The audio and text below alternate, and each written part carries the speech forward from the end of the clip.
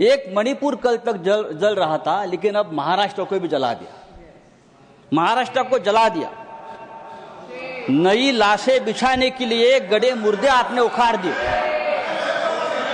नई लाशें बिछाने के लिए आपने गड़े मुर्दे उखाड़ दिए, और वो भी औरंगजेब के नाम पर। 300 साल में नागपुर में कभी दंगा नहीं हुआ था। इतिहास है नागपुर का। क्या दिन आए हैं कि इस सदन में, इस उच्च सदन में औरंगजेब के ऊपर लोग चर्चा कर रहे हैं, और उसके लिए मैं मानता हूं जिम्मेदार सर हमारा गृह मंत्रालय है।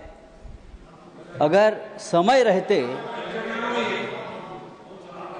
3 मिनट तो मेरे पास है, वो तो मुझे बोलने दीजिए।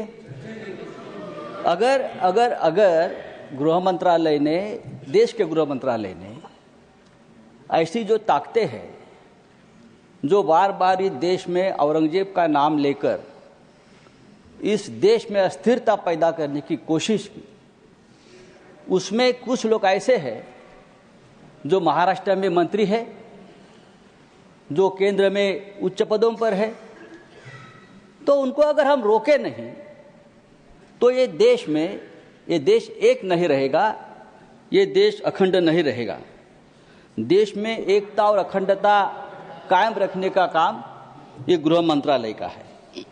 लेकिन मैं देखता हूं सर, कुछ सालों से इस देश को पुलिस स्टेट बना दिया है, पुलिस स्टेट।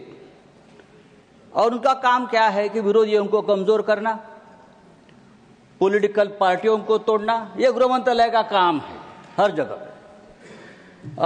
एमपी विधायक उनको खरीदने के लिए पुलिस की मदद देना। अगर ये हो जाएगा तो जो असली काम है गृह मंत्रालय का, लॉ एंड ऑर्डर, देश को एक रखना, सुरक्षा रखना। एक मणिपुर कल तक जल रहा था, लेकिन अब महाराष्ट्र को भी जला दिया। महाराष्ट्र को जला दिया। नई लाशें बिछाने के लिए गड़े मुर्दे आपने उखाड़ दिए। नई लाशें बिछाने के लिए आपने गड़े मुर्दे उखाड़ दिए, और वो भी औरंगजेब के नाम पर। 300 साल में नागपुर में कभी दंगा नहीं हुआ था। इतिहास है नागपुर का। 300 साल में कभी नागपुर में दंगा नहीं हुआ था। नागपुर जैसे शहर में अगर दंगा होता है, और वो भी हमारे महाराष्ट्र के मुख्यमंत्री के विधानसभा क्षेत्र में, अरे मैं ये कहना चाहता हूं, अगर आपको औरंगजेब का कबर तोड़ना है तो बेशक तोड़िए। आपको किसने रोका? आपकी सरकार है केंद्र में, और महाराष्ट्र में आपकी सरकार है। गृह मंत्री आपके हैं, महाराष्ट्र में मुख्यमंत्री आपके हैं। आप जाइए, हाथ में फावड़ा विवड़ा लेकर उधर जाइए और तोड़ दीजिए। लेकिन आपके बच्चों को भेजो, हमारे बच्चों को मत भेजना। आपके बच्चे विदेश में पढ़ रहे, आपके बच्चे विदेश में काम कर रहे, और जो गरीब बेरोजगार बच्चे हैं उनका आप दिमाग माननीय संजय राउत जी भाषण समाप्त हुआ है।